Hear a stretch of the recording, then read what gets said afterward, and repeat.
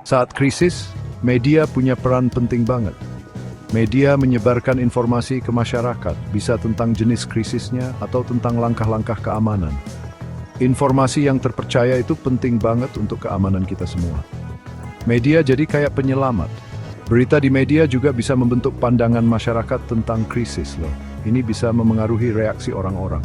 Makanya laporan yang akurat dan cepat itu penting agar nggak timbul kepanikan dan supaya tetap tenang. Media juga berperan mengawasi pemerintah, memastikan mereka menangani krisis dengan efektif. Pengawasan ini penting untuk transparansi. Kesimpulannya, media itu alat yang ampuh saat krisis. Kalau digunakan dengan bijak, bisa menyelamatkan banyak orang. Tapi kalau salah pakai, akibatnya bisa parah banget. Media sosial itu seperti pisau bermata dua saat krisis.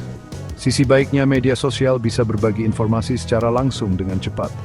Tapi, sisi buruknya bisa bikin krisis makin parah. Penyebaran informasi salah itu masalah besar. Gosip yang belum tentu benar dan berita bohong bisa menyebar cepat banget di media sosial, kayak api yang menyambar ilalang kering. Ini bisa bikin panik dan takut, dan bisa mengganggu proses bantuan. Nggak cuma itu, media sosial juga bisa jadi tempat untuk menyebarkan kebencian dan menghasut kekerasan. Ini bahaya banget, apalagi saat krisis di mana orang-orang lagi tegang dan emosi lagi tinggi. Karena beberapa platform media sosial memungkinkan orang untuk berkomentar tanpa identitas asli, mereka jadi berani menulis hal-hal yang mungkin nggak berani mereka ucapkan langsung.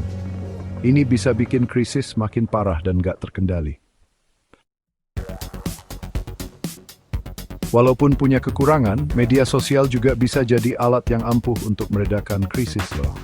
Media sosial bisa jadi platform untuk berbagi informasi secara langsung, yang penting banget saat darurat.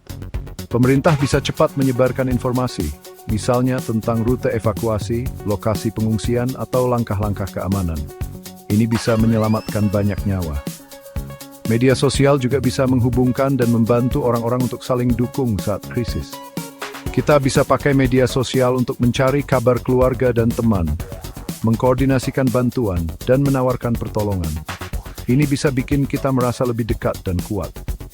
Media sosial juga bisa dipakai untuk mengumpulkan informasi dari banyak orang. Ini berguna untuk mengetahui seberapa besar dampak krisis dan membantu pemerintah menyalurkan bantuan dengan lebih efektif. Komunikasi digital yang efektif itu penting banget untuk menangani krisis. Ini termasuk pakai media sosial untuk berbagi informasi yang akurat dan tepat waktu, dan pakai website atau email untuk memberi kabar terbaru. Salah satu strateginya adalah bikin pusat informasi, misalnya website atau akun media sosial, yang selalu diperbarui dan menyediakan informasi yang jelas dan singkat. Penting juga untuk berinteraksi dengan masyarakat, misalnya dengan menjawab pertanyaan dan merespon kekhawatiran dengan cepat dan terbuka tentang situasi yang terjadi. Kita juga harus awas sama informasi salah di media sosial. Kalau nemu, harus cepat diluruskan dengan informasi yang benar. Terakhir, penting banget untuk punya rencana sebelum krisis terjadi. Rencana ini harus jelas siapa yang akan berkomunikasi dengan masyarakat dan bagaimana caranya.